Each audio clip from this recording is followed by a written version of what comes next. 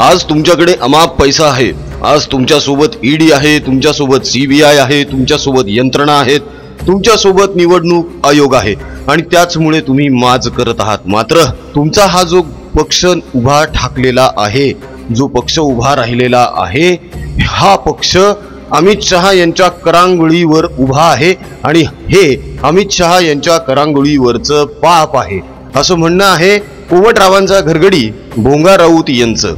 आता जर एकनाथजी शिंदे यांचा पक्ष हा अमित शहा यांच्या करांगुळीवरचा पाप जर असेल तर उबाठा गट जो आहे तो कोणाच्या ओंजळीतलं पाप आहे? मित्रांनो, याच विषयावर आज थोडंसं बोलूया। तेव्हा आजचा हा विषय अजिबात स्किप करू नका, आजचा व्हिडिओ पूर्ण बघा। मूळ मुद्द्याला, मूळ विषयाला सुरुवात करण्या अगोदर नेहमीप्रमाणे प्रभू श्रीरामांचं नाव घेऊया। प्रभू श्रीरामांच्या मूळ पवित्र राम भजनाच्या व्हिडिओची ही छोटीशी क्लिप आवर्जून बघूया।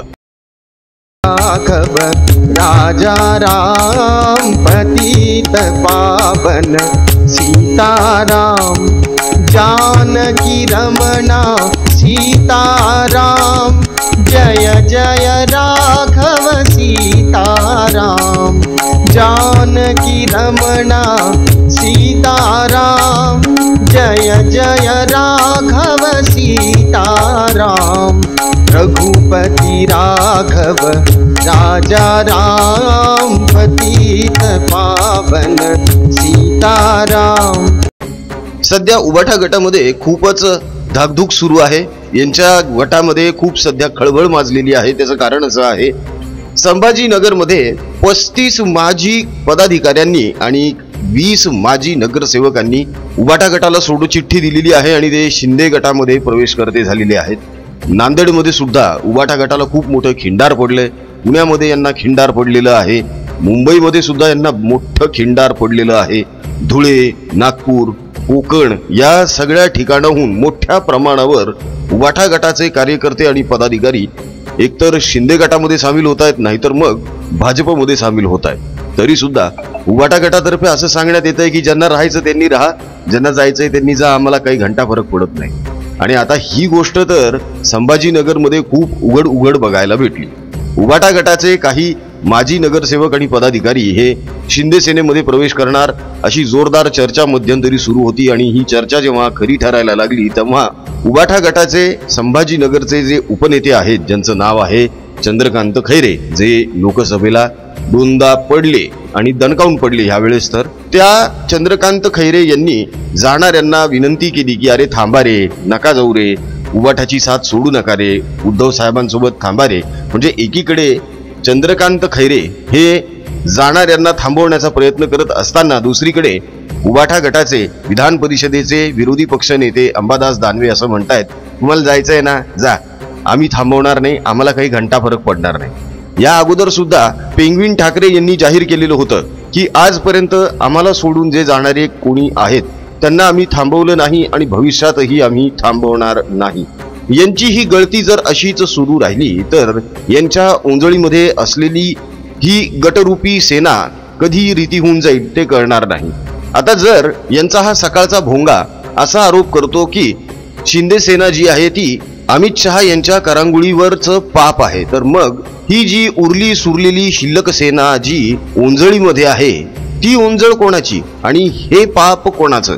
तर ही ओंजळ जी आहे ही आता सध्या उबाठा गटाचीच आहे, म्हणजे उद्धव ठाकरे यांचीच आहे, पण हे पाप मात्र या सगळ्यांचं मिळून आहे मित्रांनो। म्हणजे यामध्ये, या पापामध्ये अनिल परब सामील आहेत, अनिल देसाई सामील आहेत, मिलिंद नार्वेकर सामील आहेत, स्वतः कोमटराव, पेंग्विन, भोंगा राऊत, सुषमा अंधारेबाई। त्याचं कारण असं आहे की नांदेडच्या यांच्या एका पक्ष संघटकाने राजीनामा दिलेला आहे आणि त्यांनी धडधडीत आरोप असा केलेला आहे की गेल्या अनेक वर्षांपासून पक्षाची एकही व्यवस्थित बैठक इथे झालेली नाही।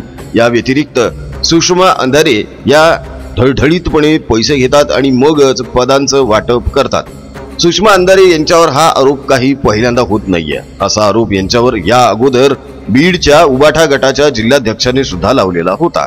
सुषमा अंधारे दणकावून पैसे घेतात आणि मग पदांचं वाटप करतात। खरं तर सुषमा अंधारे यांना पदांचं वाटप करण्याचा अधिकार उबाठा गटाने का बरं दिला असावा हाच सगळ्यात मोठा प्रश्न आहे। कारण सुषमा अंधारे यांचा तसा बघितलं तर राजकारणाशी काही फार मोठा संबंध नाहीये, त्या चळवळीतून वर आलेल्या आहेत असं त्या स्वतःच सांगतात. मित्रांनो, चळवळ करणं वेगळं आणि राजकारण करणं वेगळं असतं.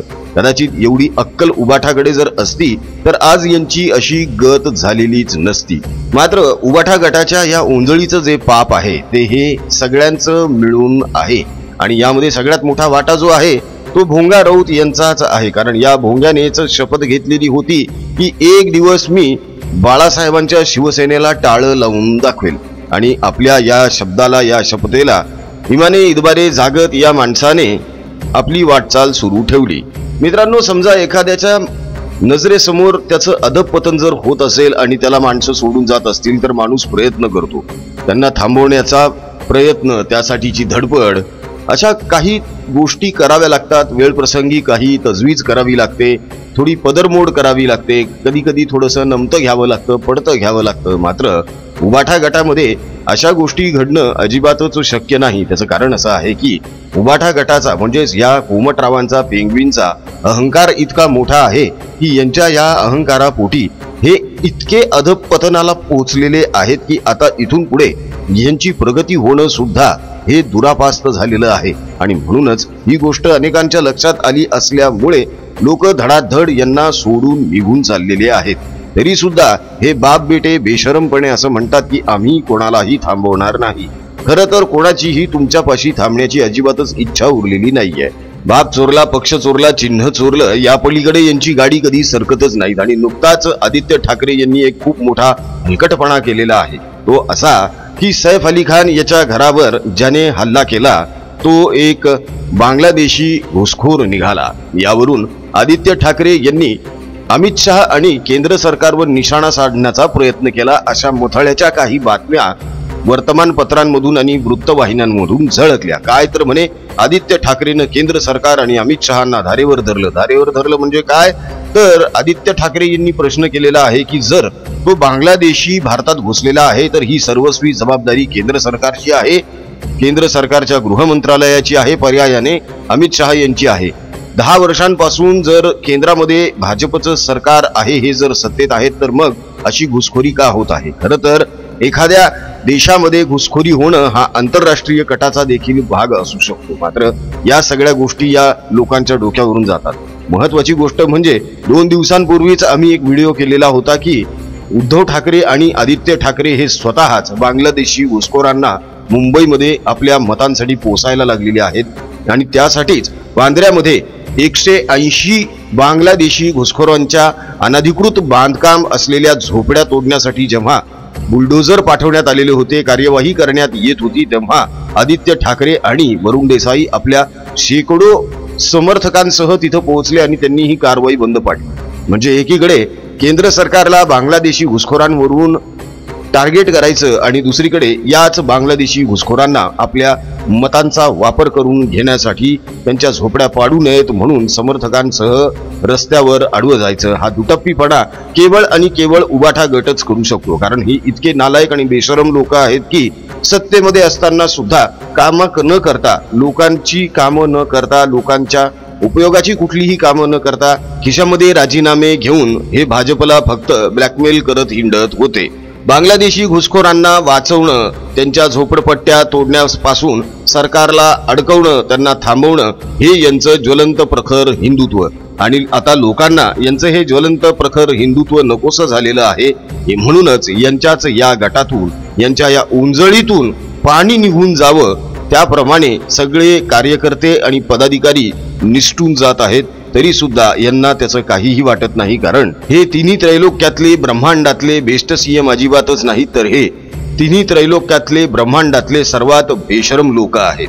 या बेशरमांना हे सुद्धा जाणवत नाही की वंदनीय बाळासाहेब ठाकरे यांनी दिवसाची रात्र करून, रक्ताचं पाणी करून शिवसेना हा पक्ष इतका मोठा केला.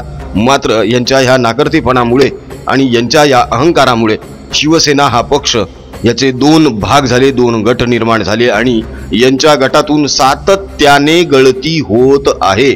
साधा विचार करण्यासारखी गोष्ट आहे मित्रांनो. आपल्या घरातला एखादा छोटासा नळ जरी बारीक जरी गळत असला, म्हणजे बारीक जरी त्यातून टिबूक टिबूक पाणी निघत असलं, तरी आपण लगेच एमसील आणतो आणि ती गळती थांबवतो, मात्र यांना स्वतःच्या गटातली गळती सुद्धा थांबवावी वाटत नाही. यातूनच यांची राजकीय अनास्था आणि हे किती गांभीर्याने राजकारणाला घेतात हे दिसून येतं. यांना फक्त आणि फक्त आयत्या पिठावर रेघोट्या मारायच्या असतात. यांना सगळं काही फुकट हवं असतं. हे अत्यंत आयदी आणि ऐतखाऊ लोक आहेत, हेच यातून दिसून येतं. आणि अशा आयदी आणि ऐतखाऊ लोकांचं भविष्य नेहमी अंधारातच असतं. त्यामुळे हे सुद्धा आता मुंबई महानगरपालिकेच्या निवडणुका झाल्यानंतर कुठेतरी अंधारातच असतील. तसाही अंधार यांनी स्वतःच पक्षात ओढवून घेतलेला आहे.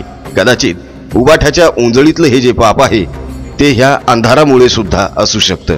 यावर तुमचं काय मत आहे कमेंटमध्ये कळवायला अजिबात विसरू नका. प्रभू श्रीरामांचं नाव घ्या. प्रभू श्रीरामांच्या मूळ पवित्र राम भजनाच्या व्हिडिओची लिंक या व्हिडिओच्या डिस्क्रिप्शन बॉक्समध्ये दिलेली आहे. लिंकला क्लिक करा. प्रभू श्रीरामांचं मूळ पवित्र राम भजनच गा. आपल्या पुढच्या पिढीला सुद्धा हेच मूळ पवित्र राम भजन ऐकवा आणि शिकवा. ही काळाची गरज आणि आपली नैतिक जबाबदारी आहे. हिंदू प्रपंच आणि महाप्रपंच या दोन्ही युट्यूब चॅनल्सला नक्की सबस्क्राईब करा. बेल आयकॉन सुद्धा प्रेस करा, म्हणजे दोन्ही युट्यूब चॅनल्सवरचे व्हिडिओज वेळोवेळी तुमच्या पर्यंत सगळ्यात अगोदर पोहोचतील. आजचा व्हिडिओ कसा वाटला हे कमेंटमधून कळवायला अजिबात विसरू नका. आमचा कमेंट बॉक्स तुमच्या प्रतिक्रियांसाठी आतुरतेने वाट बघत असतो, तेव्हा पटापट कमेंट्स करायला सुरुवात करा. राजकीय बातम्या, राजकीय घडामोडी, राजकीय अपडेट्स रंगतदार पद्धतीने जाणून घेण्यासाठी बघत रहा महाप्रपंच. पुन्हा भेटूया पुढच्या व्हिडिओमध्ये. जय हिंद, जय महाराष्ट्र, वंदे मातरम, जय शिवराय, जय शंभूराजे, जय भवानी, जय जगदंब, भारत माता की जय. जय श्रीराम.